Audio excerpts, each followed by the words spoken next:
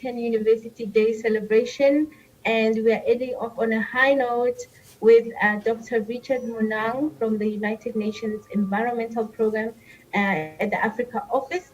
And he is responsible for guiding the implementation of UNEP's climate change resilient development strategy at both national and regional levels. And he holds a PhD degree in environmental change and policy from the University of Nottingham in the UK, and an executive certificate in climate change and energy policy from Harvard University. I know he's going to introduce himself, and if you follow him on LinkedIn, you will see he's very inspirational, very motivational, does a lot of groundwork in climate change in rural communities, especially in Kenya. And today he's going to talk to us about Africa's research predicament, a pity party or a rare opportunity for legacy under the changing climate. Richard, we're very happy to have you. Over to you. And to the host, the leadership and faculty and students of Stellenbosch University, and guests and respectable colleagues, distinguished ladies and gentlemen. The wise man never takes a step too long for his leg. This African proverb is a timely reminder that we must operate within our strengths to manage and improve our weaknesses. And this is a hallmark of wisdom. A story is told of a budding African researcher who set sight upon undertaking PhD studies overseas after sweeping through bachelor's and master's degree at an African university. True to his passion, he graduated among the top in his class. No mean achievement by any account, but at his graduation, one of his hosts pulled him to the side and whispered in his ear, "You people can get PhDs from our universities, but you will continue to depend on us with our bachelor's degrees." This was by every means an offensive assertion, and it is heightened when you realize that there is some truth to it. For example, a look at Africa's balance sheet in global trade confirms this fear. From the food we eat, to the clothes we wear, to the phones in our pockets, to the medicines we take to transport and the electronics, nearly anything of value used in today's lives in Africa is mainly imported from outside the continent. We can comfortably say that an African can be stripped from head to toe because nearly everything they consume is from others. These are facts. And so I've come here today to speak the truth to the realities that we face as a continent. I've come here today to say it as this, so that at least we can have this reawakening inside each and every one of us to address and tell our research to touch the issues of the continent. From automobiles and automobile parts to computers and other IT-related products, clothing and fashion accessories to pharmaceuticals, mobile phones, stationeries, foodstuffs to electronics, machinery, petroleum and mineral oil to chemicals. Africa's imports are truly on a rampage. Some of the most unsettling figures are in food and medicinals. It is estimated that Africa imported about 85% of its food from outside the continent between 2016 and 2018. The continent imports up to 90% of its pharmaceuticals. On the infrastructure front, even as we speak today, and even as some media hail Africa as a giant construction site, signifying increased infrastructure development and implying it as a sign of development, non-indigenous firms dominate this development. It is estimated that only 16% of Africa's infrastructure is built by local firms. Cumulatively, in 1 year alone, the continent can expend nearly 550 billion in imports, an account that exceeds the estimated 530 billion in annual taxes collected in the region. On the flip side, the region exports primary products. This is unacceptable, from food and drink commodities, raw minerals and energy. Extractive minerals, for instance, constitute over 50% of total exports. Others are timber and non-timber agricultural commodities. Distinguished colleagues, friends, ladies, and gentlemen, it does not take a keen eye. It does take a keen eye. And sometimes it looks like it doesn't even need to take a keen eye to realize that nearly everything Africa actually today seems to raise on the global stage is primary. What we export is primary. And this is defeatist to the extent that the innate nature that God created is not being tapped into. It reminds me of the parable of the talents, where one of the characters in that parable buried their talent and returned it to the master in the same form it was given. That is the exact picture portrayed by Africa's exports. No value addition whatsoever. Africa's balance sheet is an indictment to local knowledge and research. It communicates that the continent is incapable of devising novel solutions and must therefore look elsewhere. This is a weakness. It is a weakness that is visible to all. But just as that researcher that I mentioned earlier finished among the top of his class, Africa is inherently capable of addressing every challenge she faces. Whether from distant or current history, Africans have proven to be capable. They have proven to be capable value-added solution providers, just as the rest of the globe. For example, history confirms that Asian African was a bastion of discoveries in mathematics, in astronomy, in metallurgy, in architecture and engineering, in medicine and navigation. These discoveries enable our ancestors to communicate, enable them to create sophisticated built environments, to develop tools that treat themselves and even travel. More recently, as the COVID-19 pandemic rocked the continent and the globe, we got a timely reminder of the continent's ability to devise solutions to solve problems that sometimes even are global. Africa accounted for 12.8% of notable innovations developed worldwide to address different areas of the pandemic. To give examples, at the height of this pandemic last year, Senegal, Biomedical Research Organization Pasteur Institute, developed a $1 COVID home diagnostic test kit that can provide results in 10 minutes. In Ghana, Kwame Nkrumah University of Science and Technology developed rapid diagnostic tests for COVID-19 that produce results in about 15 to 20 minutes instead of 48 hours the country's current testing method takes. In Uganda, auto firm Kira Motors Corporation and the Makerere School of Public Health developed a low-cost ventilator to support critically ill COVID-19 patients. In Nigeria, Health developed the COVID-19 Tourage tool, an online platform that allows users to self-assess their chances of having the coronavirus. In Kenya, 3D printing firm Alterate Technologies and other 3D printers design relatively low-cost 3D personal protective equipment, plastic face shields, and prototypes for ventilators. These are yet another reminder that God is no respecter of persons. Yes, Africa's ability to lead in devising solutions is as limitless as that of every other person on this planet Earth. Distinguished colleagues, ladies and gentlemen, none of us can live on borrowed salt. Yes, borrowed salt have limits, and Africa's research must urgently step to the solution plate and lead in devising competitive, everyday solutions in every sector of our economies. The rapidly changing global dynamic tells us that this need is long overdue. The COVID-19 pandemic has been one of the latest reminders.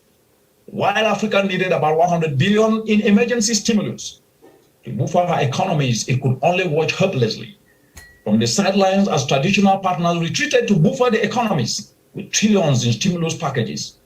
It is time that Africa's research, whose output represents just 1 to 2.6% of the global share, work to bridge this gap by focusing on devising local solutions to the continent's challenges. This is the pathway we must take. As we speak today, climate change is the preeminent global challenge of our time and provides more than adequate motivation. The latest science from the IPCC Seed Assessment Report and the 2021 UNEP's Emission Gap and Adaptation Gap Report tells us that the globe will breach the self-warming threshold of 1.5 degrees in just 2 decades from today. When you juxtapose these findings with Africa, this makes the prognosis worse. The continent is already heating up twice as fast as the rest of the globe.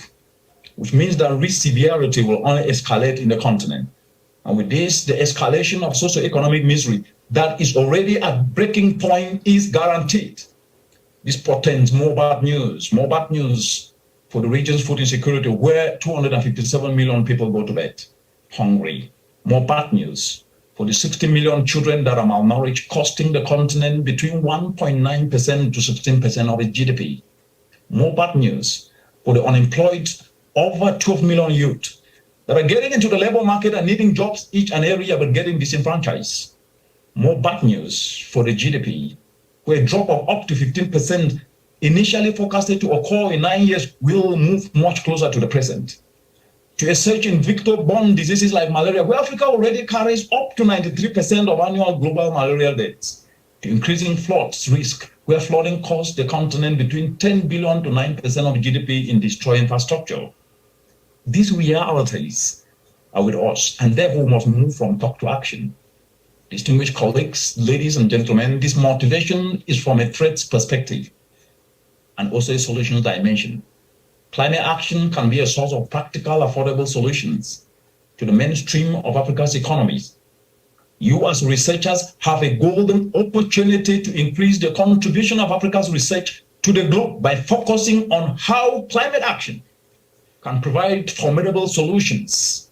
You can do this through what I consider the big four of Africa's growth, which entails food security, which entails energy, social infrastructure, and youth, and the informal sector. Regardless of the field you are engaged in, you can address your research to cover technical, historical, and financial governance, economic, and even socio-cultural dimensions of these big four areas of Africa's growth, and do so through a climate action lens. And let this 2021 Africa's University Day, uplifting, building technology-based resilient universities now, be our marching orders. And as you do so, I'll share the following levers with you. And the first is we must climate-proof Africa's food systems. Today, as you retire to bed, before you sleep, take a moment and reflect on this. Up to 257 million of your fellow African brothers and sisters will be sleeping on a hungry stomach. Even though this is the case, climate change threatens to lower yields of key staples in the continent by up to 40% under a 2-degree warming scenario. In addition, between 30 to 50% of food produced across Africa is lost due to post-harvest losses. And this is valued at an average of about 48 billion every year. These losses reflect lost opportunities to bridge the food insecurity gap and a myriad of income and enterprise opportunities along the entire value chain, be it in processing, be it in logistics, be it in finance, among many that can cumulatively create jobs and add up to $1 trillion in competitive opportunities to the region's economy. The climate action lens offers tangible solutions by which these losses can be turned to not only food secured homes that are urgently needed, but also ensure socio-economic opportunities. For example, applying nature-based solutions, non-chemicalized approaches to grow food has been scientifically proven to increase yields up to 128% of more nutritious food. These are indigenous approaches such as Zai, which has successfully rehabilitated hundreds of thousands of degraded lands in the Sahel and increased yields by a massive 500%. Or minimum tillage that has increased yields by over 300% in some of the driest parts of the continent. Or agroforestry that has resulted in the restoration of wetlands and seasonal rivers in previously degraded areas. But most importantly, is nature-based approaches underpin the lucrative billion-dollar global organic food industry whose annual growth is at 12% in leading markets. Right here in the continent, there is a growing market segment of consumers ready to pay up to 3 times the price of conventional foods for food that is certified organic, for food that is healthy and environmentally compliant. In value addition, the application of simple climate action solutions of solar dryers have proven to lower post-harvest losses of informal sector food traders who grow up to 70% of our food and increase their earnings up to 30 times. As researchers, you have your work cut out to establish how social, cultural, economic, and technical, financial governance, and even policy gaps and opportunities can be addressed and leveraged to make these advantages a reality in Africa. That takes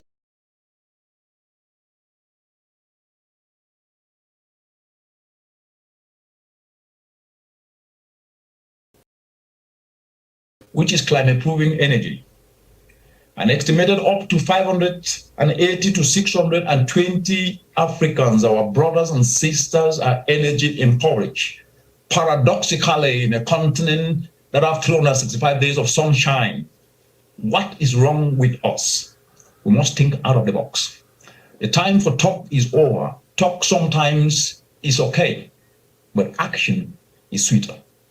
This then means because of lack of energy, our brothers and sisters, the children across the continent lack the power they need to study and build better yet tomorrow. It means the continent's food systems lack much needed power to convert the high post-harvest losses of up to 48 billion each and every year to create incomes, to create enterprises and competitive economic opportunities. It means health centers lack the power needed to provide critical health care. And bridging this gap using fossil-based power generators costs 3 to 6 times what grid consumers pay across the globe. This is a gap that decentralized clean energy solutions can be leveraged to bridge. If we consider the dynamics of this gap, of critical importance as we speak today is that up to 84% of energy poor reside in rural areas. Using off-grid solutions, especially solar, where Africa holds the richest solar resources globally, coupled with the lowest cost of $1.3 per watt, will efficiently bridge the access gap among the most vulnerable. Most importantly, such energy should prioritize powering productive enterprises that can enable the growth of cottage industries in inclusive areas such as agriculture to expand incomes. By so doing, we will be addressing the core of Africa's vulnerability, which is in one word, socioeconomic. By creating income opportunities for those at the base of the pyramid, research efforts should focus on making this dream a reality. That takes me to the third point, which is climate-proofing connectivity infrastructure. Africa's road access rate is only 34% compared with 50% in other parts of the developing world. This is costing the continent's producers significantly as far as closing market gaps. For example, up to 85% of agro production, Africa's largest employers, takes place within 6 hours travel time from the largest cities, which are the primary markets. Suboptimal connectivity means transportation costs escalate up to 50% what they would otherwise be. These costs reduce the competitiveness of local produce as markets prefer cheaper imports and reduce producers' incomes to compound their vulnerability. How the continent can focus on bridging the connectivity gap by prioritizing routes linking production areas to markets is an urgent area that research in all dimensions, including governance, social, financial, technical, needs to focus on. And that takes me to the fourth point. You can only compete from a position of strength. I have never understood why we do not tap into the ingenuity of youth. The youth are Africa's powerhouse. You cannot address any challenge in this continent, regardless of how we spin it. You cannot address any challenge while ignoring your powerhouse. The youth are over 60% of Africa's population represents Africa's powerhouse. They are the ones that will be able to bring research findings and innovations to scale and create climatepreneurship opportunities that address the informal sector's productivity needs, which is an urgent area. The informal sector across the continent already, as we speak today, creates livelihoods for 80% of the region's populations and stands out as an economic locomotive of Africa. Engaging the young people will ensure local innovations tailored to the needs of cities and communities are developed and tested. But for this to happen, we need two words: skills retooling. Skills retooling, which entails improving, which entails refining, which entails adapting young people's skills to align with tapping economic opportunity, regardless of their background, regardless of their disciplinary affiliation. Because sometimes we think that we can only be part of understanding how the environment works before we devise a solution. That's not true. Each and every one of us should tailor our interest towards devising solutions that address these challenges that I've mentioned. For example, the number of people without access to clean cooking in a continent has been rising from about 750 million 10 years ago to 890 million 2 years ago globally. But when you look at the African continent, 700,000 Africans die every year prematurely because they depend on charcoal and firewood. The only form of energy they can access. They have committed no crime. The only crime is that they don't have an alternative. How can young people become drivers of non-capital intensive enterprises that bridge this critical gap, especially the critical clean cooking access gap for the informal sector? The demand for such alternative is high, considering that the charcoal industry is valued at 10 to 20 billion US dollars across the continent. We have developed an incubation approach called innovative volunteerism, where willing young people are structurally guided and inspired to retool their skills and turn their passions into profits. And we are seeing these young people retooling their skills to convert agricultural waste, simple agricultural waste, into fuel briquettes to replace charcoal. These young people are providing a climate-friendlier alternative to an on-demand need area in the market. And they're tapping a 20 billion a year charcoal market opportunity to create incomes for themselves while combating indoor pollution. Research should study modalities and actualize this symbiosis between the youth and the informal sector, two of the most significant actors in the African continent. That takes me to the fifth point. We must cultivate purposeful passion. Passion is the new currency of now. Passion is the fuel that moves ideas into real-life solutions. Regardless of who we are, if we lack enduring passion, we will run out of steam in no time. The most significant gap we suffer in the African continent today is what I call the passion gap, what I call the inspiration gap, which is needed to drive meaningful development for people and the planet. Without passion, you throw money at every problem and waste it and end up with no resolve. Passion is the real winner because regardless of what we contribute, if it falls on passionless people, if it falls on passionless citizens, then no transformation will ever occur. As researchers, we must all cultivate purposeful passion towards offering practical, contextual, inclusive solutions to Africa's transformation. The big four areas I have shared with you today need research input from all dimensions: social, cultural, financial, governance, markets, and technical. Let your research be driven by the desire to offer contextual solutions that touch many lives in community. And that takes me to the last point. We must become transformational values-based leaders. In the mid-40s to the late 50s, and on to the early 60s, as the clamor for self-determined role reached fever pitch in the African continent, self-appointed men and women who espoused boldness, unshakable unity arose with dedication. They arose with selflessness and fidelity to a cause to liberate their people. A clarity of vision governed their every move to win independence for their people. No amount of persecution, lack, threats could stand in their way. They did it not for themselves, but for the future generations they had no hope of ever seeing. They were joined ideologically by timeless values of selflessness and character of humility. They did not postpone this call for a day in the hope for elusive perfection. This is the foundation of values-based leadership that we all must identify with and champion wherever we are to drive socio-economic liberation in the continent. It is leadership premised on selflessness and taking personal responsibility to touch many lives with what we do.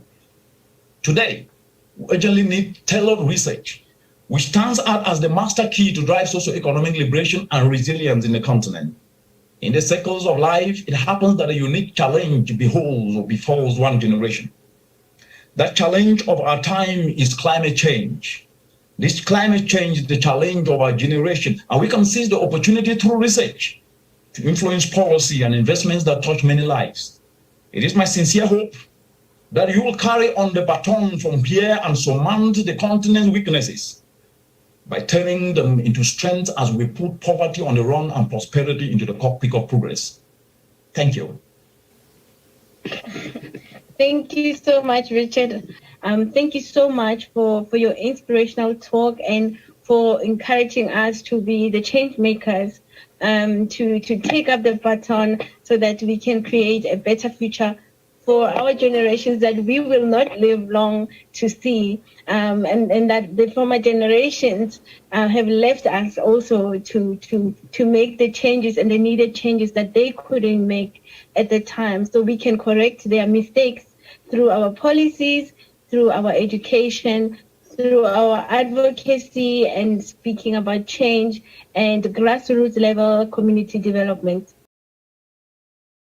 you share with us some of the initiatives in addition that you are doing around the climate change, and especially right now with the COP26 going on? What is the key message that you would like to see come out of the COP26, considering that you are working on the continent and all of the climate change initiative focus on the continent? The impact is expected to be exacerbated and more extreme in the context of us here on the continent. What is it that you would like to see, and how could we contribute to the global dialogue more effectively?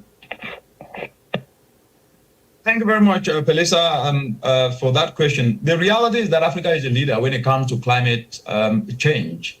As we're speaking today, 98% of countries plan what is called a nationally determined contribution. Africa ratified the Paris Climate Change Agreement and submitted very ambitious plans. About 37 African countries have revised their indices. And in the entire world, about 17 of African countries have ambitious NDC climate plans. So it means Africa have understood the inherent opportunities that comes with taking climate action. The biggest challenge is turning those plans into real action that touches the lives of millions of people in communities across every country in the continent.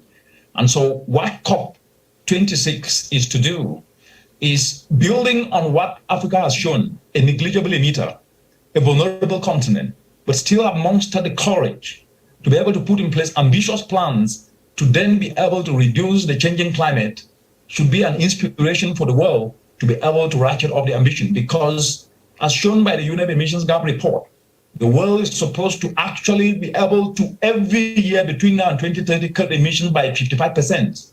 Unregrettably, what countries said in my remarks, the continent will do nothing substantive without engaging the young people. You can only go to war with the army you have. Africa's youth are Africa's climate army. Without empowering and engaging them and inspiring them to take action, even if you have all the money in the world, who will implement the actions? The youth. And that's what we've been doing, working with the youth across the continent, inspiring them. And they are creating what we call climatepreneurship enterprises, which is a very simple analogy of, regardless of what is studied, whether it was marketing or it was ICT or it was environment, it doesn't really matter. You develop an interest to start to solve a community problem in a way that build resilience, put money on the pocket and food on the table. And that we are doing across the continent through this period of innovative volunteerism. But more importantly, we're also guiding governments on how they can translate these NDCs that they are put forward and submitted into real actions on the ground that touches mothers' lives, that touches young people's lives, that build the economy, but not in a way that pollute, but in a way that actually put food on the table and more money in more pockets. Research leaders in climate science, in invasions, in all sorts of disease, epidemiology, all of these that are interlinked around climate change. We are suffering now with the pandemic. We can also link that the increased emergence of new diseases to climate change. So what do we do? What do we do as young, as skilled individuals? How do you make sure that you contribute to this socio-economic development? In what ways do you equip yourself to be able to participate in the economy? We just came out of a panel talking about unemployment and all sorts of challenges that are affecting people with PhDs, and we know we need them, but how do we encourage them to participate in the economy with the knowledge that they are having? Very beautiful and amazing question. Thank you very much. Let me start off by saying this, putting things in perspective before I really come to answer your question. The reality is that of the 1.3 billion people in the African continent today, the jargon of climate change means nothing, especially to the mothers, the 80% of the informal sector people in the continent and the communities. People want solutions to address their challenges. Anything we do or say that does not contribute to a mother putting food on the table, putting more money in more pockets, having a roof on her head and the head of her children, sending them to school, affording healthcare means nothing.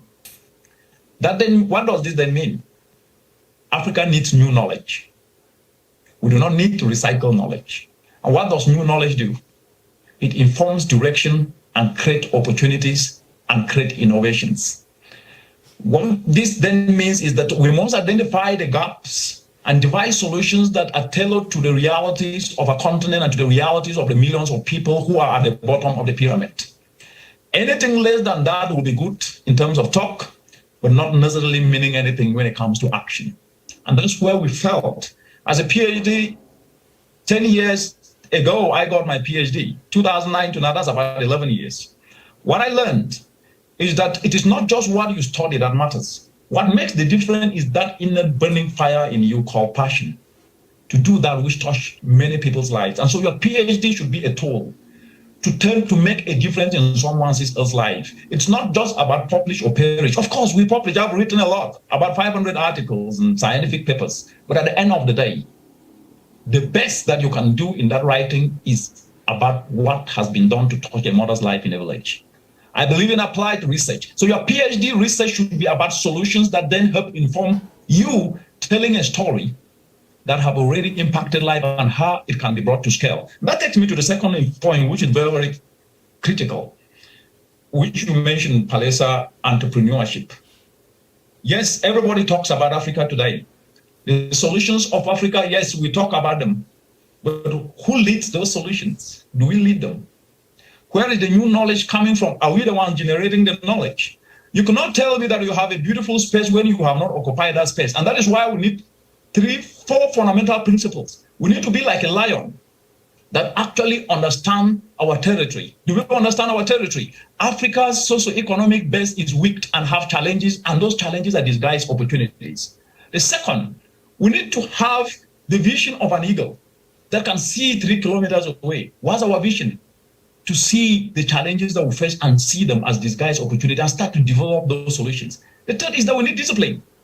Discipline of an ox that can then be able to be persistent regardless of the challenges. We should not complain that we don't have money to do the research. Let's do what we can do within our means, and from there we can build something bigger that will attract others. And the last is we need human wisdom to always know that if we wait for others, we will wait for quite a very long time and grass will grow on our feet. Thank you. The point that came up as you were talking is about how about advocacy and being open, about what we do and sharing it so that people can understand what we do, so that we are relevant. And I'm saying relevant because in your work, you share, you break down all these hard terminologies that people would not understand. I mean, if my grandmother asked me what is COP26, I would have to sit down and have to talk about the Paris Agreement, what, and she wouldn't even understand. So I need to be able to talk to people in a language that they understand. How would you encourage someone here in the room how do we do it? Science is in English, you are French, are you French? So somebody might be speaking French and someone might be speaking Swahili, somebody might be speaking Sepedi like me. And how do we translate what we know to our languages that people can understand? Thank you very much. Solutions don't know language barrier, they don't know tribe, they don't know boundaries. A solar dryer that is developed will be used by a mother in northern Togo who doesn't even speak French, who doesn't even understand Swahili or understand English. Solutions are actually acceptable to everyone because they come to address a problem that is actually a common denominator for each and every person. It therefore means language should never be a barrier to devise a solution. We talk about practicing democracy today. Where did it come from? Greek. Do we speak Greek here today? We don't, right? What I'm trying to say is that ideas knows no language, ideas know no gender, ideas know no country, ideas can be able to be utilized in every part of the world. And therefore, if you have an idea, you can write it down in Swahili or in English or in French or any language that one can think of, do so. But always make sure that that idea is responding to a need that the community urgently actually needs, that it is filling a gap, that a community is suffering from. And that is why when I started off, I painted a picture of us sometimes wanting external validation on things that we should acceptedly validate by providing a solution to that mother in the village who doesn't understand the jargon we will speak, who doesn't even know what a scientific paper means, but who will understand that solution, that instead of losing 48 billion as a result of inefficiency in the agro value chain, a simple solar dryer have been developed and devised for us to reduce our post-harvest losses and put more food on the table and feed our families. That's what matters. At the end of the day, if we do not understand context and know that we have to be responsive to reality, not illusions, that we do not need to live in the past or try to think that we'll address the problems of today tomorrow, we will fail. We have to address the problems of today now with what we do, with what we have, not complaining and blaming them, because, as I said, the essence of life is to be useful, and our usefulness is to devise solutions to the challenges that our communities and countries and the continent faces. If we don't do that, then we'll fail in whatever thing we do, wherever we are. Mm-hmm. Yeah, I really appreciate that. I really appreciate that. That's very insightful.